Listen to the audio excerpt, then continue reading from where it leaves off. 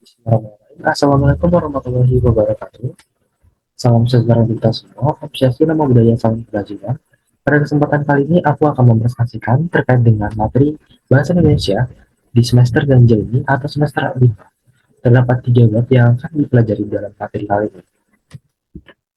Namun sebelum itu, izinkan saya untuk memperkenalkan diri terlebih dahulu. Perkenalkan, nama saya Dodi Jaharwo dari absen 34 kelas 12 3.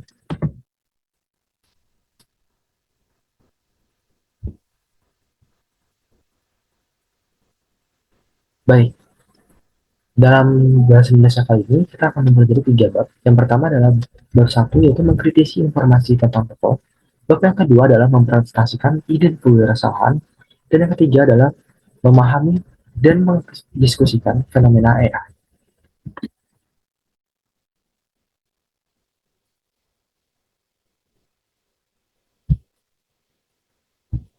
Pertama, kita akan membahas terlebih dahulu tentang bab pertama, yaitu mengkritisi informasi tentang tokoh.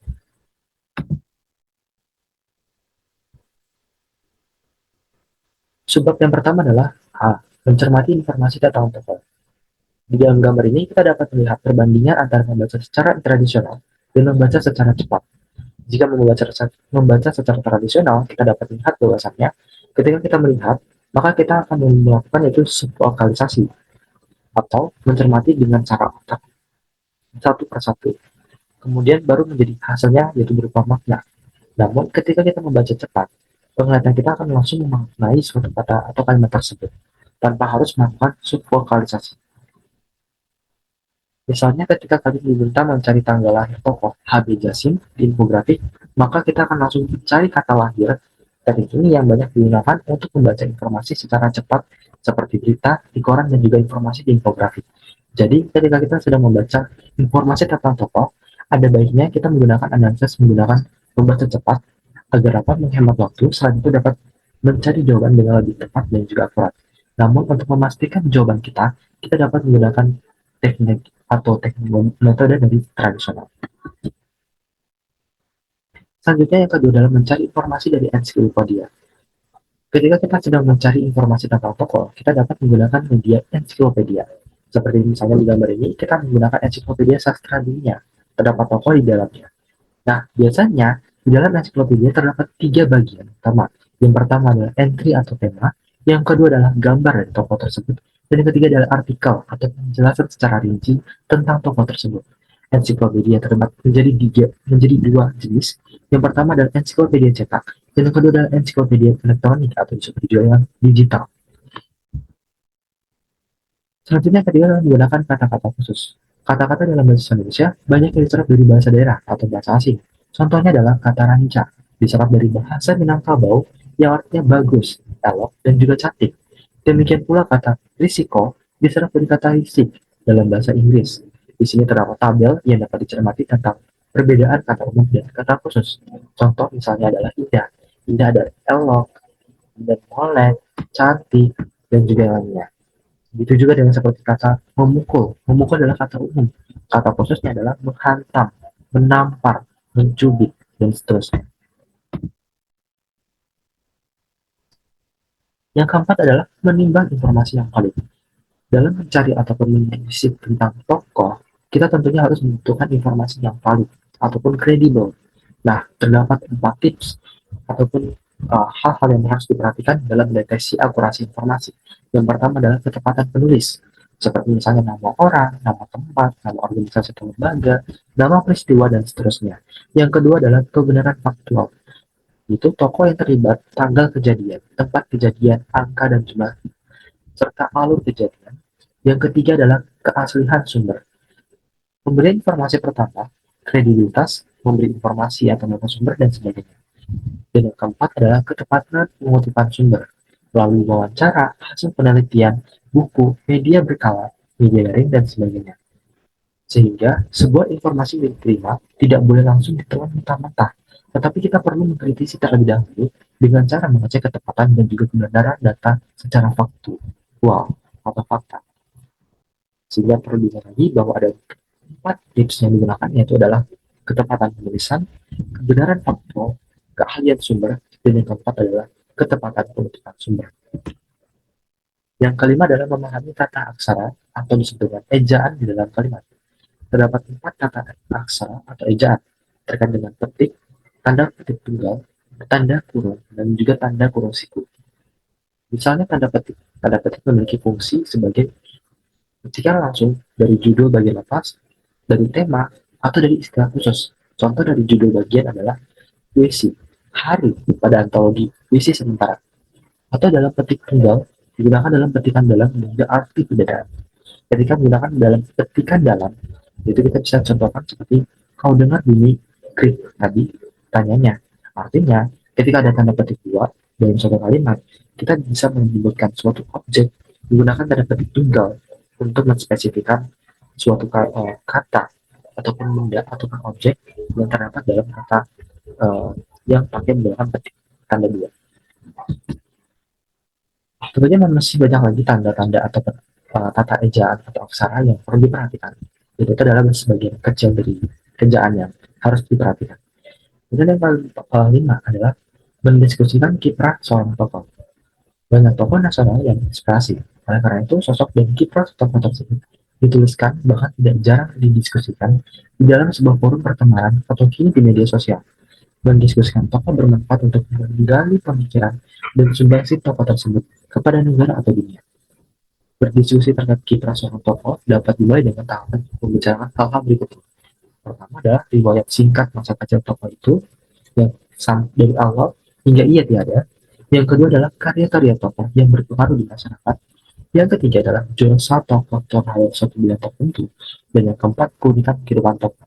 Jadi ketika kita sedang mendiskusikan tentang perjalanan hidup seorang tokoh, kita perlu menelisik dari awal hingga akhir, dari ia hidup, lahir, hingga ia mati, bagaimana ia berkontribusi melalui karya-karyanya, lantas di bidang mana ia berpengaruh, lantas juga bagaimana pendidikan dari tokoh tersebut. Itu seharusnya kita diskusikan tentang kiprah seorang tokoh. Yang keenam adalah menulis narasi dan deskripsi. Dalam menulis narasi dan juga deskripsi, kita melalui 3 prosedur utama. Yaitu melalui pertama adalah analisis unsur intrinsik seperti tema, alur, latar, dan seterusnya. Yang kedua adalah kita pahami unsur intrinsik. Setelah kita menganalisis dan juga membaca unsur-unsur intrinsik, kita pahami. Setelah kita pahami unsur-unsur tersebut, barulah kita membuat tulisan narasi. Nah, dalam membuat tulisan narasi ini, kita bisa menjadikan dua hasil. Yang pertama adalah sinopsis sebutannya, atau yang kedua sebutannya adalah uh, deskripsi. Namun kedua hal tersebut sama saja, baik itu sinopsis maupun deskripsi. Dan memang setelah membuat narasi tersebut, kita akan mendapatkan hasil yang lebih panjang, karena kita sudah menganalisis banyak faktor dari prinsip tersebut. Dan yang terakhir adalah menyajikan informasi dalam infografik.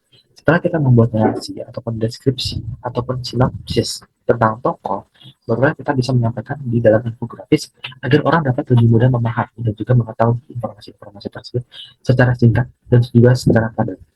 Ini adalah contoh dari infografis tentang tokoh, yaitu Hans Bagujasin atau HB Jasin.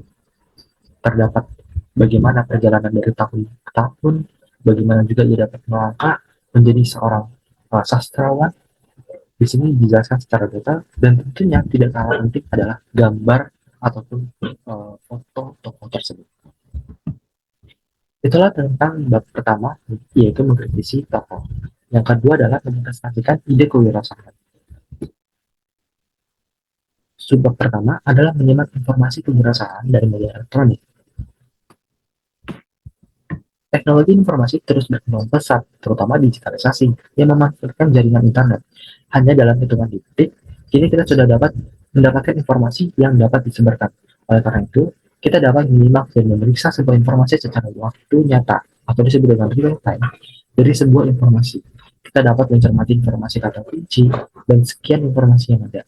Informasi kunci paling umum adalah adik simba, atau disingkat juga dari apa, di mana, kapan, siapa, mengapa, dan juga bagaimana. Jadi, dalam membuat sebuah ide kewirausahaan, kita perlu juga memahami tentang informasi-informasi yang beredar luas di media elektronik, agar kita dapat mengetahui tentang potensi buat suatu bisnis. Yang kedua adalah memahami dan melakukan instruksi kompleks. Instruksi adalah panduan yang bisa disampaikan secara lisan atau tulisan. Instruksi ini bisa sederhana atau bahkan rumit. Dan juga cara penyampaian pun beragam. Ada yang disusun dari mudah ke sulit atau berdasarkan urutan langkah-langkahnya. Namun hati-hati dengan informasi yang mengandung bias.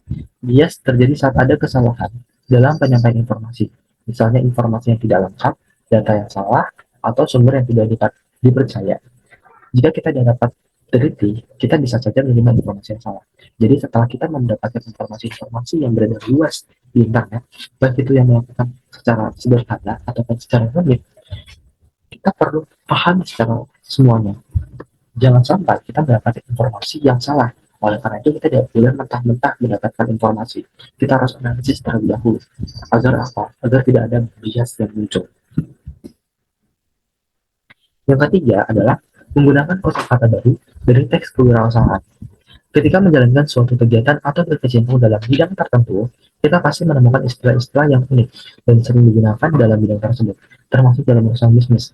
Ada banyak istilah, jika kita mau ada banyak istilah yang kerap digunakan dalam bisnis. Jika kita berkomitmen untuk membangun usaha khususnya yang berkaitan dengan marketing secara online, maka kita perlu mengetahui istilah-istilah itu.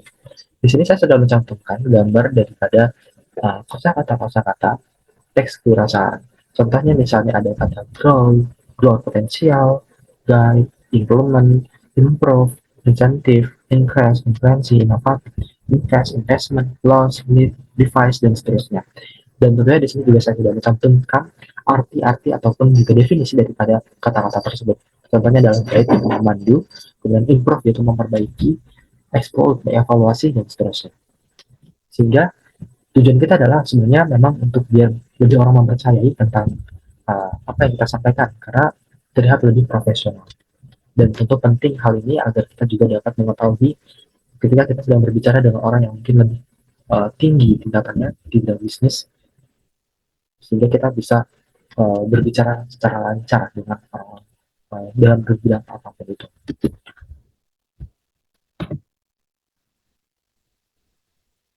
Kemudian yang keempat, yaitu menggunakan kalimat efektif. Sama seperti dalam mengkritisi tokoh, kita perlu juga menggunakan kalimat-kalimat yang efektif dan juga tepat. Seperti misalnya penggunaan tanda baca. Penggunaan tanda baca ada titik, koma, tanda tanya, tanda seru, titik koma. Kemudian di dalam penggunaan huruf kapital juga kita harus perhatikan. Di mana di awal kalimat kita harus menggunakan kapital, kemudian di nama diri kita harus menggunakan kapital, dalam judul buku ataupun film, atau hal-hal lain yang kita lampirkan dari sumber lain, kita juga harus menggunakan huruf kapital. Kemudian juga ketika kita menggunakan huruf miring atau disebut dengan italics, kita perlu lihat bahwasannya huruf miring itu digunakan pada judul buku, film, kata asing, dan juga penekanan. Sehingga di luar daripada itu, kita tidak boleh menggunakan huruf miring secara asal-asalan. Nah, selanjutnya, yang keempat juga kita harus menggunakan kata baku. Menggunakan kata yang benar dan sesuai dengan konteksnya. Jangan sampai kita menggunakan kata yang salah dalam satu kalimat atau frasa. Sangat dihindari agar apa? Agar orang bisa lebih memahami tentang apa yang kita sampaikan. Karena hal yang besar ataupun hal yang baik ataupun hal yang bermanfaat dampaknya bila tidak menggunakan kata-kata yang baku, maka orang tidak akan bisa mudah untuk mempercayainya. Kemudian yang kelima adalah penulisan kata bentukan. Kata bentukan itu seperti misalnya tidak pergi, kemudian ada belajar plus a, kemudian kereta dan api. Nah, itu adalah kata-kata bentukan yang dimana ada yang bisa dipisah, ada yang tidak bisa dipisah, ada yang perlu penambahan imbuhan dan seterusnya. Itu adalah kata bentukan. Nah, dalam membuat bisnis juga kita perlu menyajikan data di dalam teks. Untuk dalam membuat bisnis, tentu kita tidak bisa asal-asalan, apalagi membuat sebuah pernyataan. Pernyataan yang salah, pernyataan yang baik adalah yang didukung dengan data yang akurat dan juga kredibel. Seperti contohnya seperti gambar yang saya tampilkan di sini, yaitu gambar diagram referensi pekerjaan yang disukai generasi muda Indonesia. Jika kita mungkin berkecimpung yang bergerak di bidang jasa untuk meningkatkan kualitas pekerjaan dari generasi muda, kita bisa menggunakan referensi data ini. Nah, data-data tersebut menyesuaikan dengan jenis bisnis ataupun ide usaha yang sedang kita kembangkan. Dan yang selanjutnya adalah menulis teks prosedur dari sumber informasi yang valid. Nah, Sama seperti halnya di kritisi informasi, di mana kita perlu menggunakan informasi yang valid, baik itu teks prosedurnya juga. Sebuah proses yang rumit dapat digambarkan di dalam sebuah diagram alur. Runut artinya jejak, sehingga alur yang runut maksudnya adalah alur yang dapat diketahui awal dan akhirnya secara logis. Keruntun suatu teks prosedur perlu didukung penggunaan sumber informasi yang valid. Contoh misalnya yang saya lampirkan di sini adalah prosedur dari proses sertifikasi dari SNI, di mana di sini dijelaskan memang kalau misalnya kita membutuhkan sertifikasi SNI untuk produk bisnis kita, mungkin kita butuh uh, banyak sekali prosedur-prosedur ataupun proses yang kita alami. Namun dengan cara seperti ini, kita dapat membuat hal yang sedemikian kompleks menjadi hal yang sedemikian mudah dipahami. Kemudian yang selanjutnya yaitu kiat menyampaikan penjelasan secara rinci. Ini yang terakhir, yaitu di dalam presentasi usaha terdapat poin informasi berikut ini. Jadi dalam bisnis kita perlu memasukkan 8 poin utama yang ada. Pertama tentang profil usaha, seperti nama usaha, pendiri atau pemilik usaha, visi dan juga misi. Yang kedua adalah produk atau jasa yang kita tawarkan. Yang ketiga adalah proses produksi. Yang keempat, keunggulan produk atau jasa, atau disebut dengan value. Yang kelima, analisis kekuatan, kelemahan, peluang, dan tantangan. Yang keenam adalah strategi pemasaran. Yang ketujuh adalah target penjualan per tahun. Dan yang kedelapan adalah kebutuhan permodalan. Selanjutnya sebagai peserta didik SMA, kita juga memiliki ide usaha. Nah, ide usaha yang baik adalah memiliki kriteria seperti ini. Yang pertama, menjawab permasalahan banyak orang sebagai solusi. Kemudian yang kedua adalah memungkinkan itu dilaksanakan atau diproses dengan cara sederhana atau biasa orang sebut dengan feasibility. Yang ketiga adalah bahan baku tersedia dengan mudah dan juga murah. Yang keempat, tidak membahayakan bagi lingkungan. Dan yang terakhir adalah memiliki pasar yang potensial di masyarakat. Ini adalah gambar yang lebih mudah agar mudah dipahami tentang isi-isi daripada ide usaha atau bisnis yang perlu ada.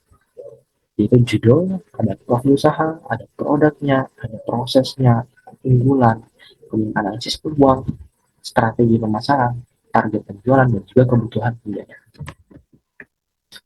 Nah, kita masuk ke dalam bab 3, yaitu memahami dan mendiskusikan fenomena artificial intelligence atau AI, atau dalam bahasa Indonesia disebut juga dengan kecerdasan buatan. Mungkin kita sudah pernah mencoba dari beberapa aplikasi ini. Ada mungkin pernah pakai Creative AI, Stability AI, Assembly AI, Crayon, Chatbot, More AI, GPT, Midjourney, Edo Fairly, Synthesia, Jasper, Gemini, OpenAI, Nendo AI, dan seterusnya. Mungkin ada yang pernah mencoba aplikasi ini. Dan bagi semua aplikasi-aplikasi yang mungkin berguna untuk kehidupan kita sehari-hari, baik untuk pekerjaan ataupun sekolah, itu adalah dinamakan dengan AI, ataupun kecerdasan buatan. Nah, pertama sebabnya adalah menelisik ide pokok dan ide pendukung dalam teks teknologi. Mungkin di dalam kelas sebelumnya kita juga telah mempelajari tentang ide pokok dan ide pendukung dalam sebuah teks. Proyek berikut ini akan kembali memantik ingatan kita tentang ide pokok dan ide pendukung. Ide pokok atau ide utama di dalam sebuah teks dapat diketahui melalui judul teks, kata kunci, dan juga kalimat utama pada setiap paragraf. Adapun ide pendukung di dalam suatu teks terdapat pada subjudul atau pada kalimat penjelas di dalam paragraf. Jadi, ketika kita dalam membaca teks teknologi, kita perlu memahami ide pokok dan ide pendukung.